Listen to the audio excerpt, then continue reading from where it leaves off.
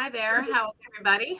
Welcome to the Revenue Room Boot Camp. This is our third session, and I'm just going to give it another 30 seconds or so to let a few more people log in. Okay, so let's kick off.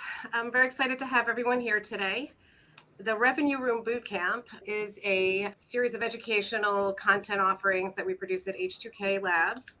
They're meant to be interactive, so when we kick off the session, there's a chat mechanism to your right, just put questions in there. And we'd appreciate it that we'll send a survey afterward, which we hope you can provide feedback. And every participant, if in your need, we're offering a free consulting hour to help you monetize your data. So H2K Labs, I've been an operator in B2B media, events, and digital information for more decades than I care to share. But I cut my teeth at Miller Freeman and worked at IDG, and then went to my family business, Thomas Publishing. But I've always been very passionate about the two-sided business model and putting buyers and sellers together through whatever format. And the way data can not only facilitate that, but impact your revenue and financial outcomes. So H2K Labs offers strategy and execution services to businesses with data complexity, such as media and events. And we deliver that through not only our expertise and a network of partners, but platforms that we offer that have been purpose-built for the unique nature of the business models of our clients. We're also gifting the book Data is Everybody's Business, The Fundamentals of Data Monetization. This is published by MIT Press. I took the course. Every boot camp I say this, it is really a phenomenal course to take, especially for businesses that have the level of data. The data asset is as huge as it is. We'll be sending this to you, so if you haven't given us your address, please do. So the agenda for today is we are going to, first I'm going to introduce our revenue experts, our speakers. We'll talk about revenue Kaizen, revenue as a business process, operating principles, and an introduction to a capabilities framework we're building out. So with that, I'd like to introduce our wonderful panel of revenue room experts. Denise Medved, who is the Chief Commercial Officer of Informa Markets North America, and Matt York, Global Chief Revenue Officer of Foundry. Denise, do you want to go first and give people a background about your experience and what you're working on now? Sure. Thank you, Heather, for inviting me to be part of this panel. And apologies up front. I'm having some difficulties with my camera, so I can't get it any lighter. So apologies that I'm a little bit in the dark here. So I've been in the trade show industry 30 plus years, maybe more than 35 years. I don't know. I stopped counting.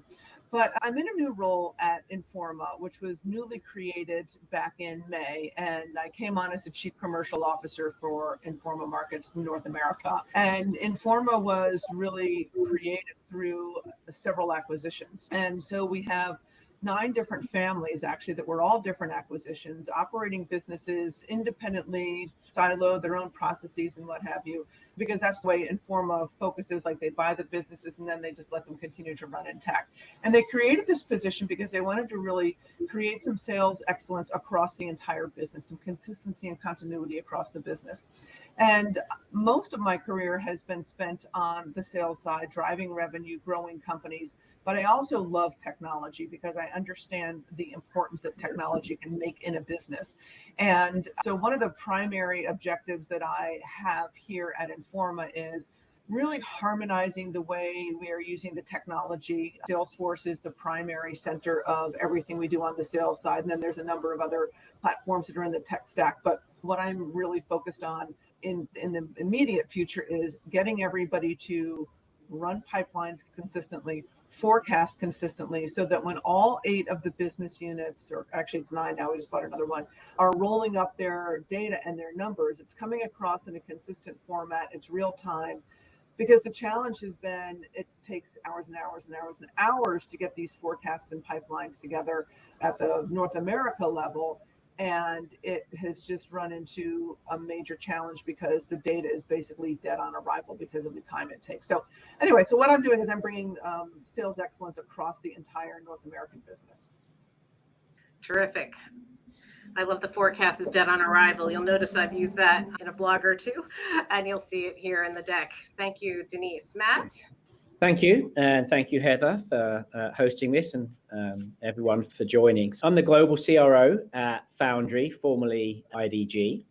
I came back to Foundry 3 years ago for this role, which was the first ever time that we've had that role in the company. And we've been on a journey, essentially, and I didn't realize, Heather, that you worked at IDG, essentially unpacking almost 60 years of extreme decentralization, where every country was a separate market with separate systems or no systems or few systems, multiple business units in the US, all on different systems and P&Ls, to actually moving in the other direction where we are now extremely centralized. And so we've gone through the painful process of essentially building and deploying one global sales stack.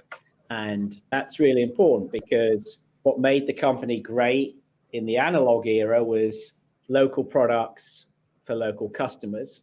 And you stay close to your customer. That doesn't work in the digital era, which is all about platforms and volume and velocity of data with consistency. So a little bit of background that you asked for. So we're 225 sellers. We operate across 6 primary trading regions, which are basically Germany, Central and Eastern and Southern Europe, Western Europe, the Nordics, ASEAN, which is really all things from Singapore, Middle East and Africa, including India, Australia, New Zealand, and then lastly, the US. And so with that stack now in place, we've totally transformed how we think about our business. And it's not unkind to say we used to have sort of 45-day visibility, which would be we would close a month, finance would then roll up everybody's P&L, and then we should take about 15 days, and then we would discover how we had done in Germany. And of course, you may discover that you haven't had a good month, so you'd jump on the phone and no, this month will be much better, don't worry. And of course, 45 days later, you discover it isn't any better. Now you've got a real problem and you've already lost a quarter. And so we moved from when I came back to immediately 7 days, right? So we moved the company to every week, we want to know exactly where you are against the cadences that we put in place. But that was self-reported and it's just an output. And where we are now is we are essentially real time, right? I actually know, I can look and I can see what's been added to the pipeline in any country at any given time and what's been sold, obviously. But those are what I typically call like outcomes, right? But bookings and revenue are the outcome.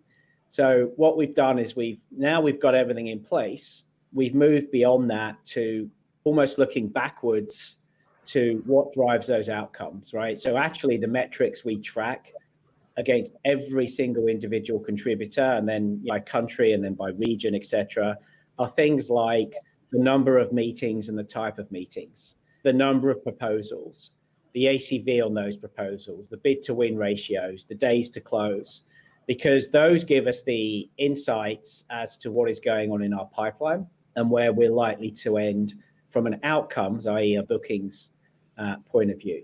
Yeah, we've made a tremendous amount of progress. I would say it's a journey. It's not a destination. It's continuous improvement. We are never going to get to the end of whatever it is. We do deploy a prime co-prime model. That's because obviously at Foundry, we're selling a lot of different things. We sell events, we sell research, we sell digital media, demand gen, we sell sophisticated marketing services, we sell a SaaS platform, we sell a DaaS platform.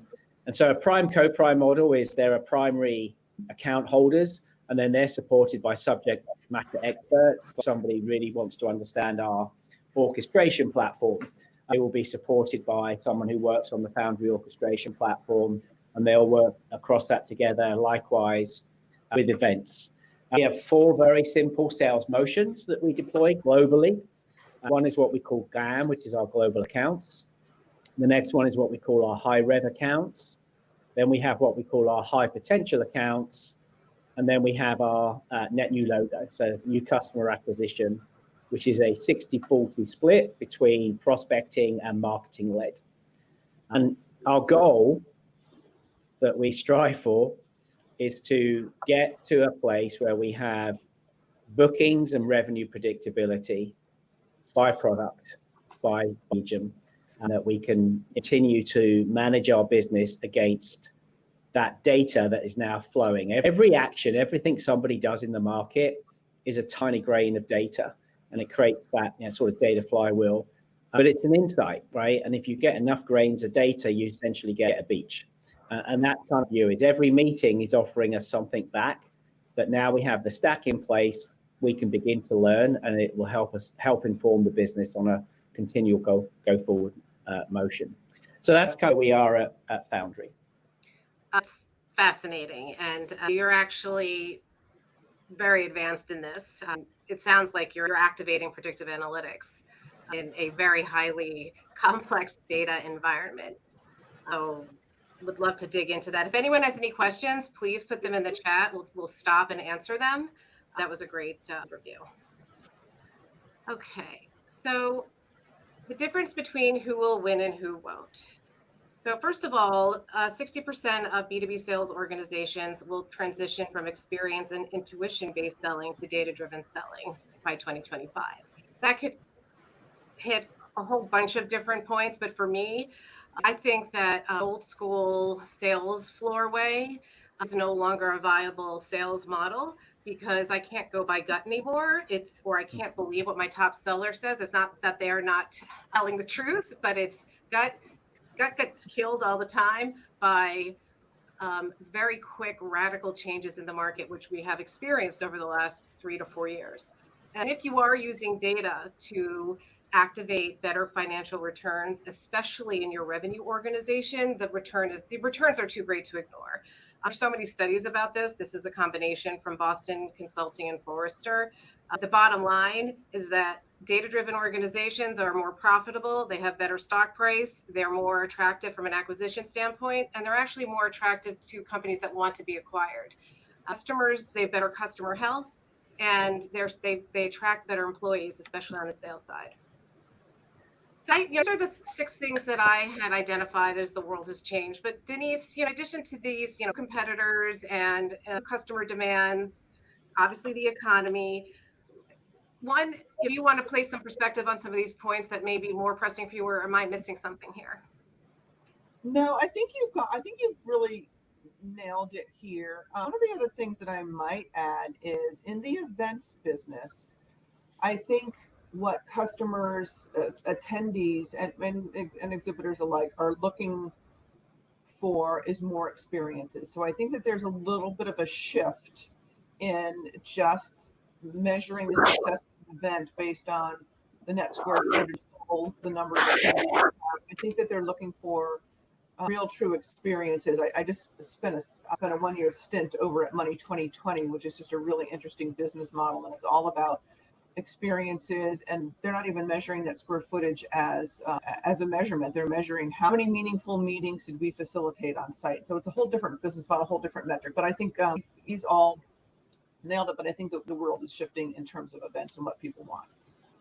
I totally agree, and I think that going to continue to radically shift as the next generation gets into the roles of attending these events. They're expecting much more of a help me who I should meet with and make the meetings happen and give me a GPS to where I'm supposed to go to get it and inspire and delight me. So totally true.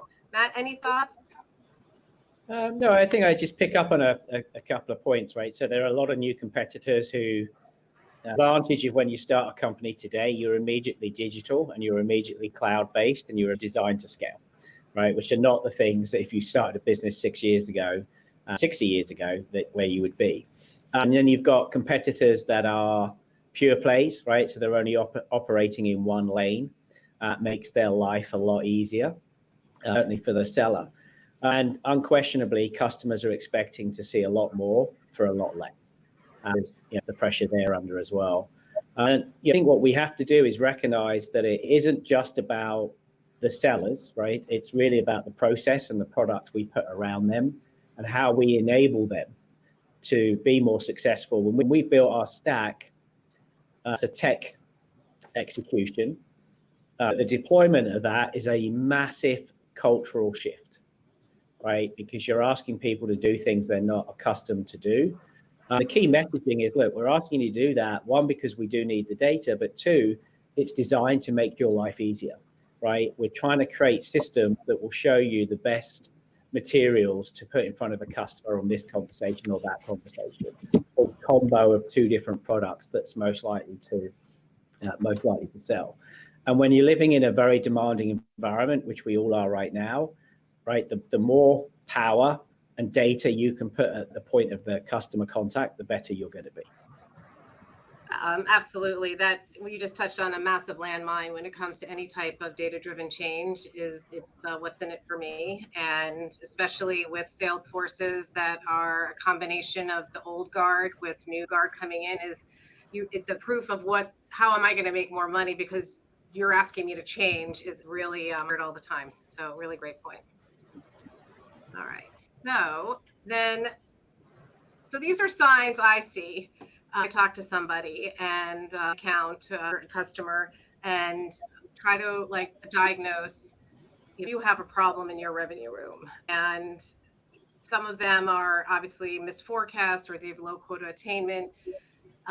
Sometimes I'll talk to them and talk about churn and hear, well, I actually really don't track churn. It's huge. There's something else that I like to bring up in the world of media and events or any business that has multiple revenue streams that a customer can buy. Churn takes a very long time, but there's a slow trickle journey that takes place, which gets ignored because the logo is still there, and that is the reduced spend or drop spend in certain streams. So if you're not tracking that, something that I identify of an old way of thinking. And then Denise, you gave me this one, which is category 5 hurricanes, which I'll have you explain. I've been there and I know that terrible situation. But there's finger pointing too. Like I'm in, a business where we were running events and media and lead gen programs. And if something didn't perform, salesperson's, saying that the audience team didn't do it. The audience team saying, well, they oversold because there's no organizational alignment. And then there's things like Excel hell and low quality revenue, which is revenue that churns a lot. But on this list, am I missing anything? And Denise, I'm going to start with you because I'd love for you to talk about category 5. Yeah. And then let me know if I'm missing anything. Yeah, I'm going to talk about category 5 in one moment, but I think an important thing to point out here is you don't need to wait for these signs to modernize. I think every organization should be modernizing in real time. And here's a perfect example. I've been all over the place in the trade show industry, and I had a stint at CES and got there, I guess it was in 2014, biggest annual show, wait list, problems that every single customer or every single person in the trade show industry would love to have. And they were running their $70 million business on spreadsheets on C drives. And so that's a gigantic risk to the business. They didn't need to make any change. There were no signs that they needed to modernize because everything was going really well for them. But they recognized that they needed to make a change. And sometimes the time to make the change is when things are going really well. So they brought me in because they knew I'd done these kinds of transformations before. And when I got there, Salesforce hadn't been logged into in 2 years. And so what we did over the next, 5 years that I was there was we made Salesforce the epicenter of the business. And, we're saying, well, why do we need to do this? We're growing every year and we have wait lists and this and that. I said, because when the tables turn and something goes wrong, either in the world or the economy or the sector, you're going to be really glad that we put our house in order here. And so for the pandemic, I wasn't there. I'd left just before that, but I did come back and say to me, boy, we're really glad you did what you did. So I just wanted to put that out there. Don't wait for the signs, just be very proactive. But the category 5 hurricane, so there's always things that are happening in the business. There's always unexpected stuff. Miss the numbers, or some big exhibitor pulls out, or something major happens in an industry. And I use the term category 5 hurricane because not everything can be a category 5 hurricane. Some problems are going to crop up and you're going to say, yeah, you know what, it's kind of convenient, but we're not going to halt the presses, have everybody pivot and change.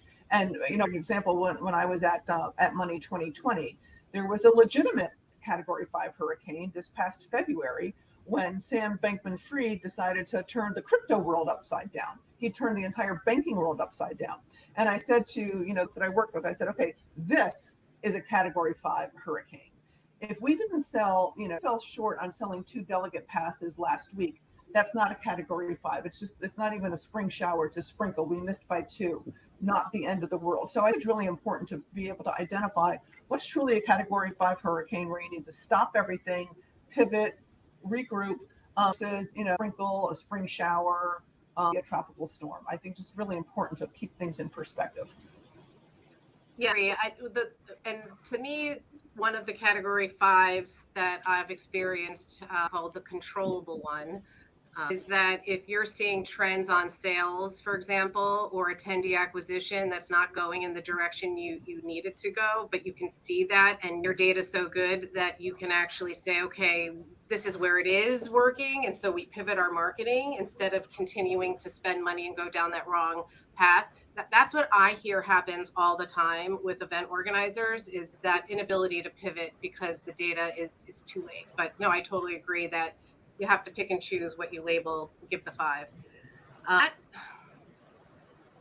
would probably add sales attrition, right? Like you've got low quota attainment, but some people are happy with that. I think if you've got good performers still doing well quota wise, but they staying for any length of time, meaningful length of time, that's also probably a leading indicator that they're frustrated. They recognize it's just a natural kind of glass ceiling in terms of being able to be successful. I agree. Absolutely. That's a really good ad.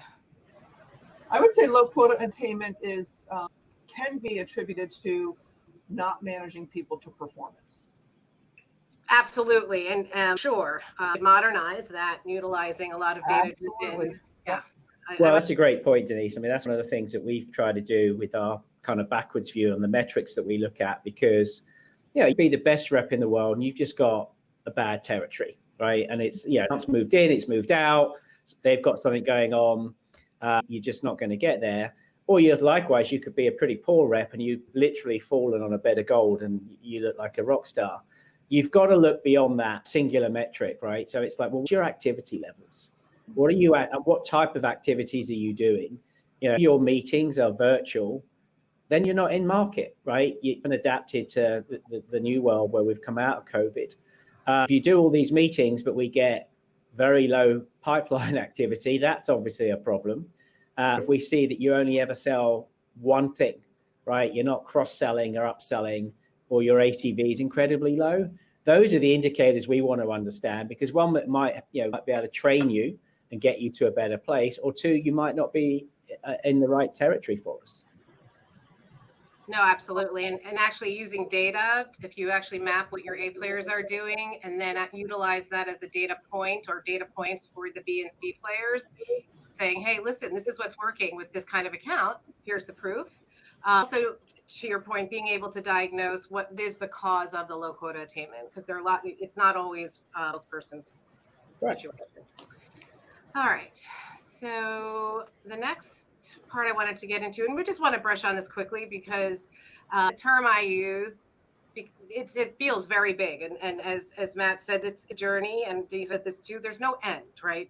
But you need to start. I like to call it revenue Kaizen, that you're just starting.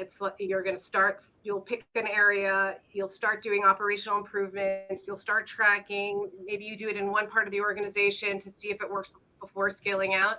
But it really is a way to reduce risk and upheaval, gaining proof and traction that taking on these challenges, using a revenue excellence strategy is really important. So the importance of this is that it's a continuous process. It includes risk-taking, change management, and constant evaluation and iteration. Also say that while you go through this type of process, you will identify who can jump on your train and who will not. Because one of the biggest landmines I see is, I call it the saboteur in the room. And that's the person that just does not want this to happen and exist everywhere. So this helps you identify that without chaos. Comments before I move on to the next section on this? No, I mean, you're right about the train analogy. And ultimately, there's just no room for those people, because you can't be in a position in his role or my role where you're being undermined by the lack of data because certain people are just choosing not to do it, right? At the end of the day, the business has to have predictability, and we have to be able to forecast across all lines and across regions. And it doesn't matter whether you're a good person or you're a great rep or not. It's just, it's not fair to the business. And if you're not on board, then have to leave you at the train station.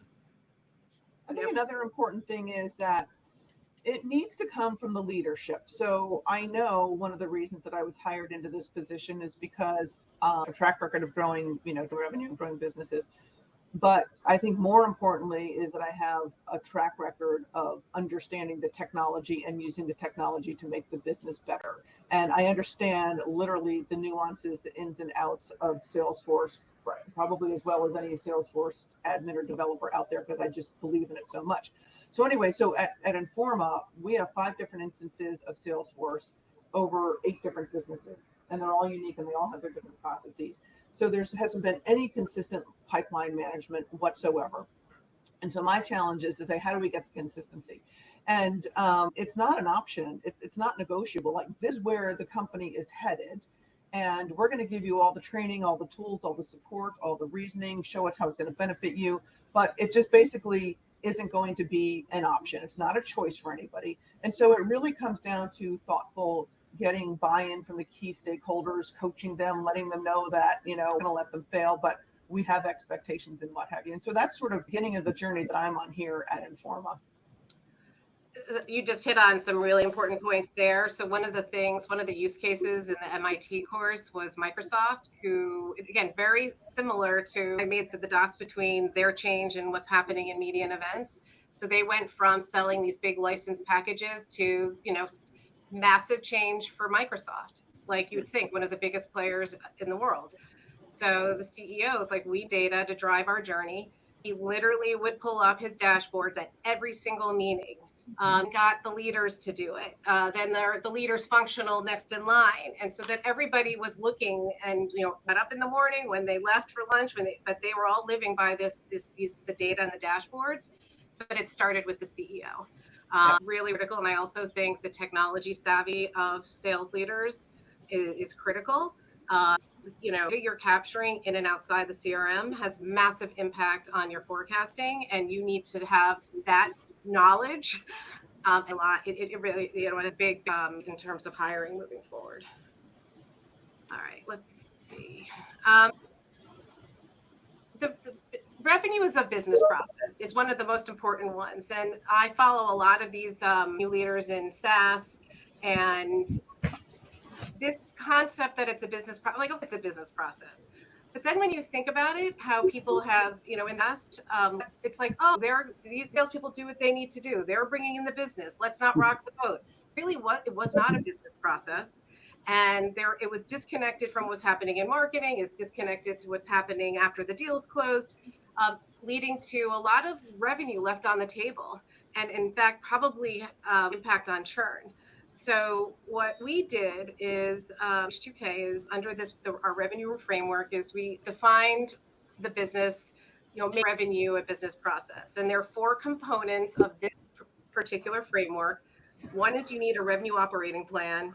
2, you need to align revenue critical roles. 3, aligning KPIs and outcomes. And 4, standardization.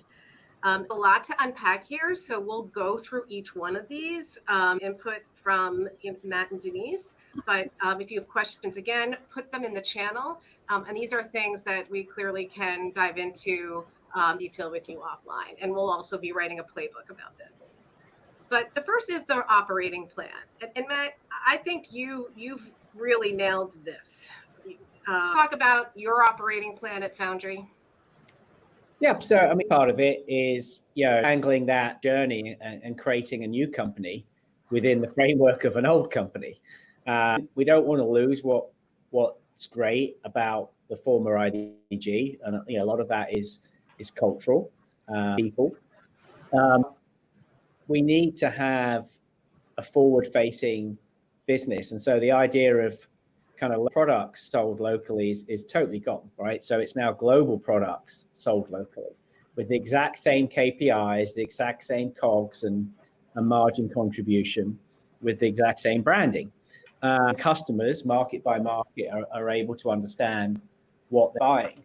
And, for us, it was really about being more customer centric, right? Where we can have, because it is a global world, where we can have conversations with customers, and the conversation they have in Singapore about a product is the same conversation they would have in London or Munich. If one of the sellers puts in a great proposal, then their counterpart in London or Munich could see that proposal, adapt it for that market, and their buyer have that forward. So it's trying to become, and we actually call up my group One Commercial, right? So we wanted to break, part of our operating plan was keep the best of what made IDG great, which is the people and the cultures and the recognition that it's not a US kind of approach and transplanted into markets. But we've got to create one cohesive team, right? All facing the same direction, who are all customer centric and who are all on the same systems with the same KPIs, right? And that's kind of what I call it One Commercial is. It's just very simple. It kind of captures our go-to-market approach and what it is we're trying to achieve. Kate, any thoughts here? No, I mean, I think that this is a terrific beginning of an operating plan. Now I am the point of we're just trying to get consistent pipeline. So we're really early in this journey, but I have no doubt in a year we'll have a different story. No, absolutely. And my feedback on this is develop consistent processes and people are following them. It's much easier to identify what's working, what's not, and what needs to pivot and change.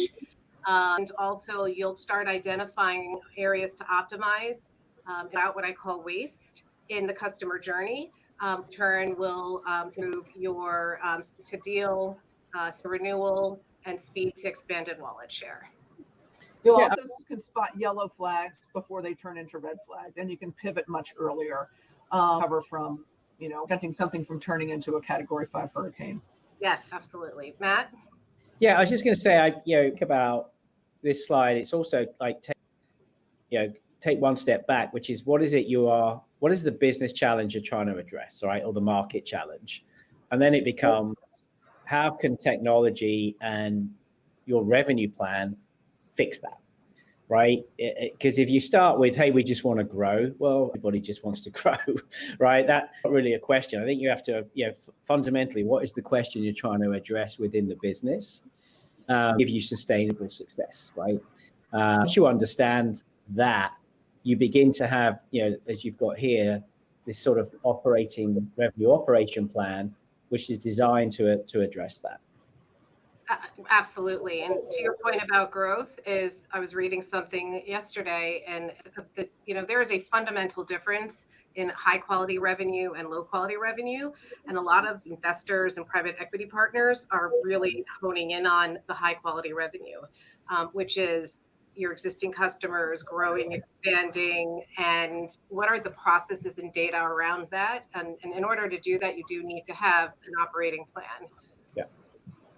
So this is and interestingly enough, this slide here, this was the germ for me for the revenue room, which I trademarked in 2018. And that was from working with a group that they actually had a 4-sided room, walls, and they were putting their SDRs, their account executives, and customer success teams together in the room.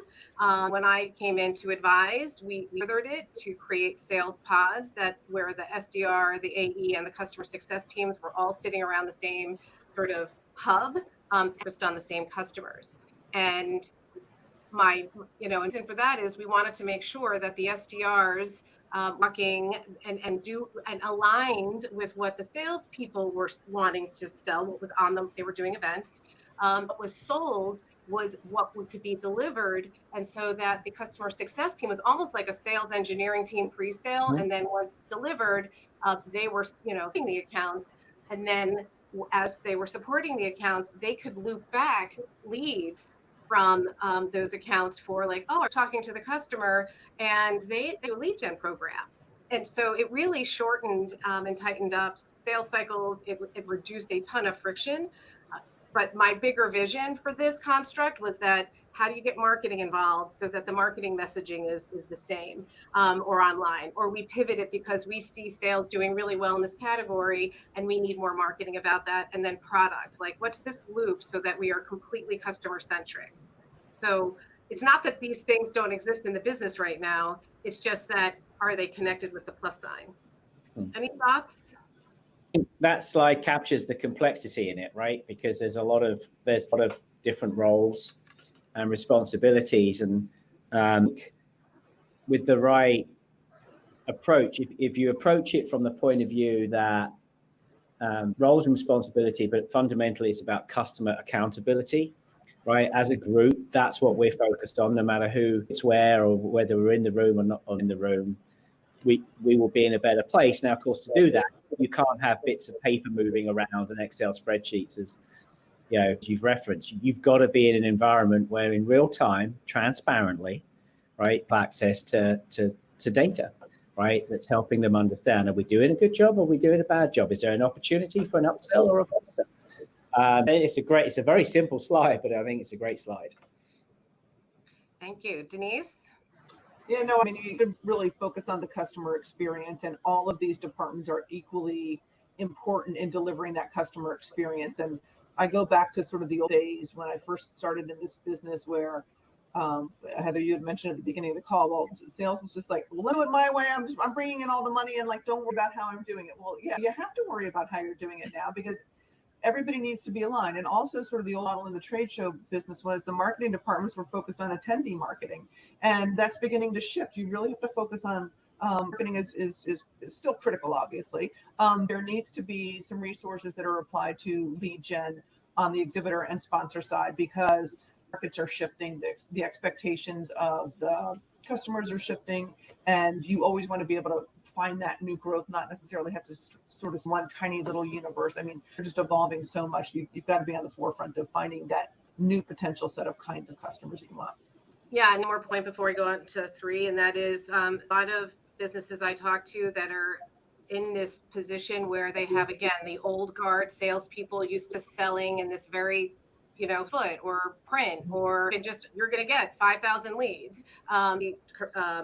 So put those folks together with some of the new entrants who are better at selling integrated programs, more solution oriented. 2 things happen. One is either they're gonna skill up and learn and do it in a way that is not confrontational to them, or you will find out very quickly if that person's not wanting to jump on the train. So I think this is a very important mindset to adopt.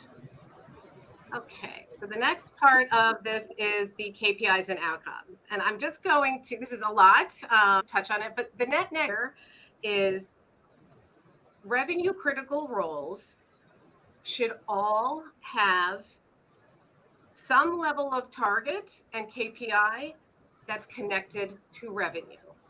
And that includes, on the product side, tech teams, includes the user experience operationally of how you're connecting. And these are some of those KPIs that we've identified in addition to their regular functional KPIs. But this is a huge shift.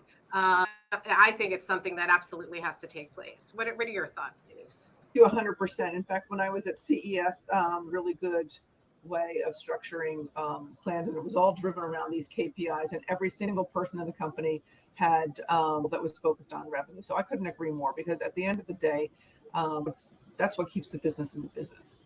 Yep. And this also, and Matt, I'll get to you in a second, requires you to have your data in order, because in order to track all of this, it's the data sits behind everything here. Matt, thoughts? Yeah, no, 100%. I mean, product that maybe is not the most profitable, but it's highly sold by a group of reps because they're comfortable with it.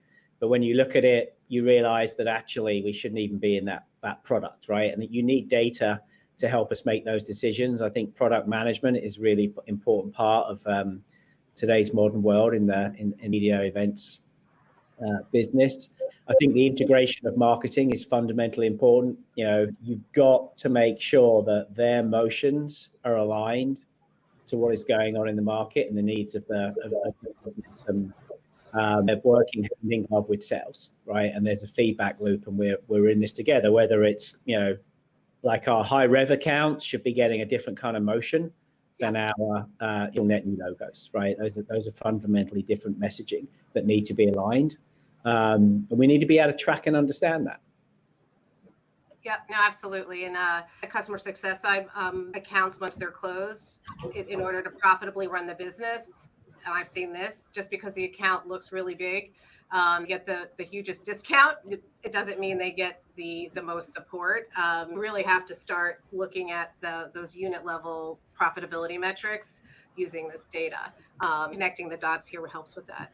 Yeah. One of the other things that I want to point out is trying to focus on inventory management. So the difference between lettuce and garbage is timing. 1 minute it's lettuce, and when it spoils, it's garbage, right? So the timing. So we're in the business where our inventory has an expiration date.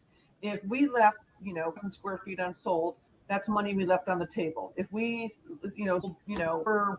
or digital opportunities are surrounding a show that has a deadline, that's inventory that we left. So it's kind of key. It's the operations team or the marketing team or the sales team that is looking at the inventory or managing all of the inventory. People need to be mindful of how much inventory is left, how much more revenue can we drive for this particular newsletter or whatever it is that has an expiration date on it. Right there again, adding free cash to the bottom line. If you were able to tighten up that inventory loss by X percent, you're talking millions of dollars. Even just pricing, right? Oftentimes we'll have conversations around pricing, and people, yes, and you walk out the room and it's no, because it might be difficult for them, and they try and force that on a customer. But you can use, say these platforms, the software to drive that.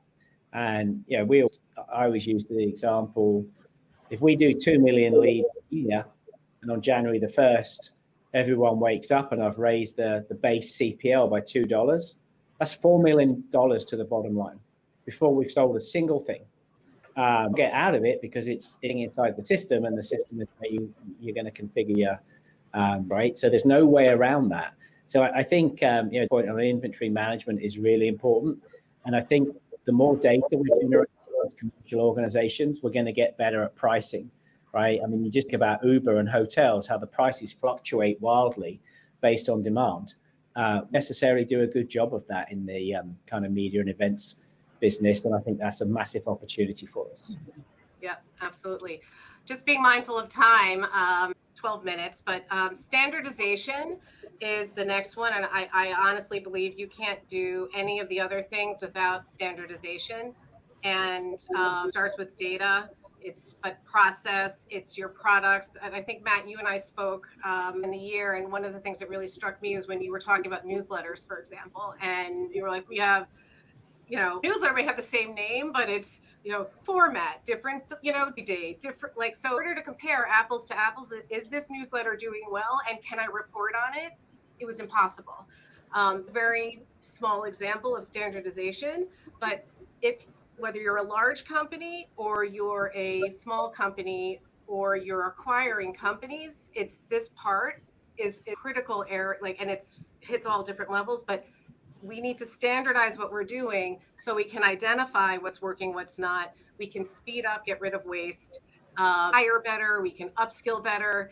Can't talk more about how important this is. Any thoughts on this? 100%. I am literally at the beginning of this journey trying to standardize across these 8 business units and all these different platforms that we have and different business processes and different nuances to shows, just finding that lowest common denominator to create the standardization across the whole North American business. Yeah, part of our transformation, where we got global products sold locally, same name, same nomenclature, same COGS, same margin contribution. So now when we look, apple is an apple, it's not a bloody orange, and we couldn't figure out why they're different. Right? We now know that we're looking at 2 apples, and then we can drill in and understand what's going on. Operating principles, and this is a lot of, again, more to unpack, about 10 principles that take them on, and we've spoken about a lot of them. We've already spoken about, it starts with leadership, about the casting, slightly the governance, but I'll quickly go into each of these. And again, if you're interested in diving deeper into this information, we absolutely be happy to set up some time. But I talked about the leadership side. Matt and Denise also spoke about it. don't have a leader at the top of your business that believes that this has to happen, it won't happen. It's one of the biggest landmines across the board. You agree, Denise and Matt? I agree, and I also think it's like helpful if the leadership has a true understanding of the technology and how to use it. Yep. Yeah, I think that's the key thing that what Denise just said there, right? Don't buy stuff for the sake of it. Make sure you understand what you need to address the business challenge, and that needs to come from the top. Yep. I think the other one for me that's very important on this is data fuels the journey. Another thing I hear when I talk with event organizers, they're so good on the audience side, right? They've got audience data nailed down, with VP, and they can personalize messaging, but somehow that does not connect to the revenue side. This part has to be addressed, because you cannot make revenue a center of excellence if you don't have a single source of truth with the right types of data curation, looking at the right metrics, the right KPIs, and it's transparent and everyone can follow this so that you can get better at what you do. So it's really critical about the data. Do you agree, Matt? Yeah, I mean, the fuel, it's the data for the data, right? But ultimately, you can only make informed decisions if you're using data. The world we live in today, and it's volumes of data. It's a very complex world. Despite digital supposed to have make things easier, it's made it much harder. But with data, we can actually make really smart and informed decisions. Great. And I'm going to go to the next one. And Denise, I'm going to ask you to pipe in here. The second half of the principles, which is, and we talked about it's evolutionary. That was the whole revenue Kaizen. There's the customer obsession, but forecasting as a core competency. I think this one is overlooked. That it actually has to be line and in step with your sales cadence is forecasting cadence. Do you agree with me? I agree 100% that forecasting is a core competency, should be a core competency, but not everybody knows how to do it correctly. And when I asked all these different 8 businesses, saying, help me understand how you're preparing your forecast that's going up the line, doing it, who's involved, where does the pipeline come in? And there are some where it's like to the table and we say, well, X number in the month of October, because that's what we did last year. But there's no data behind it and supporting it. There's no opportunities there. And those kinds of things make me very nervous. I would rather operate on the trust but verify. If somebody's going to ask me, if Nan Walsh says to me, Denise, how sure are you that XZ show is going to hit their number? Okay, I want to be able to say, I'm really sure, because when I look at the pipeline in there and the opportunities that they have, and I overlay it with sort of the cadence that they're on and what they've done last year, these are all the elements that's going into saying, I feel comfortable about this number that I'm presenting to you. And I think that very often people who are presenting the forecasts a lot of it's sort of like the seat of their pants, which is a scary way to run the business.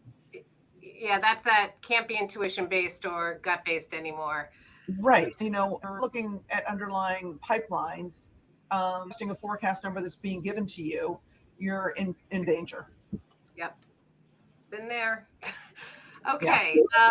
To wrap this up, this world, important thing to investors, to boards, and CEOs is is your existing base and how you're going to retain and grow. It's the high quality revenue I mentioned before, and building these capabilities so that you can, as mentioned, didn't have to go off spreadsheets. They were $70 million business. They were doing fine. They knew they needed to do it to prepare for the what if. This is what this is all about. So putting this together for another event, this is the capabilities wheel, and we're going to put under each one of these, beginner level, a mid-level, and the advanced level, are the things you should be thinking about in terms of capabilities within your organization. Anything on our wheel, Denise and Matt? I think it's pretty comprehensive. Yeah, I think it is very comprehensive. I think when I looked at it, I would almost highlight customer intimacy. Although you've got go-to-market motions, I think the role of marketing, right? And just having that connected data set that is helping drive that whole kind of wheel there. I think that's really, really important. Yeah. Because, even we've got the back end there, forecasting management. At this point, if we're on back of the napkin, we'll get back of the napkin results. But if we know that marketing is about to launch a campaign that is, particularly aligned to a certain event or, a product, and then we're immediately able to see the impact of that, gives you confidence, right? You can go, the pipeline is here today, but this is what's happening, right? And we're seeing it, and therefore we extrapolate it however many days out. So I just think the role of marketing is fundamentally important to how we think about our customers today. Absolutely. Another thing that jumps out here is the data fluency. I think that a lot of people don't have the data fluency, people who need it. We need to school them and train them on how the data tells stories. Absolutely. And help them to run their business. Yeah, I think that's the thing where I think most organizations could use some polishing up. Yeah, and you can't hire your way to data fluency. It actually does have to happen organically. We don't have time for questions. Please email me if you want a free consultation or want to talk further about this. Our next boot camp is on unlocking business value, data-driven strategies for C-level teams, boards, and investors. This is all about the you're at an inflection point in your business of we're at 60 million and now we're at 100 and our business has changed and we need to change with it, or we want to be acquired, or we want to acquire, or we've got a private equity investor and the data requests are becoming more and more. That's what this webinar is about. And please check out the Revenue Room. We've got tons of great content there. And I thank my awesome speakers, my Revenue Room experts, Matt and Denise. And I appreciate everyone who has attended. So again, thank you. Bye.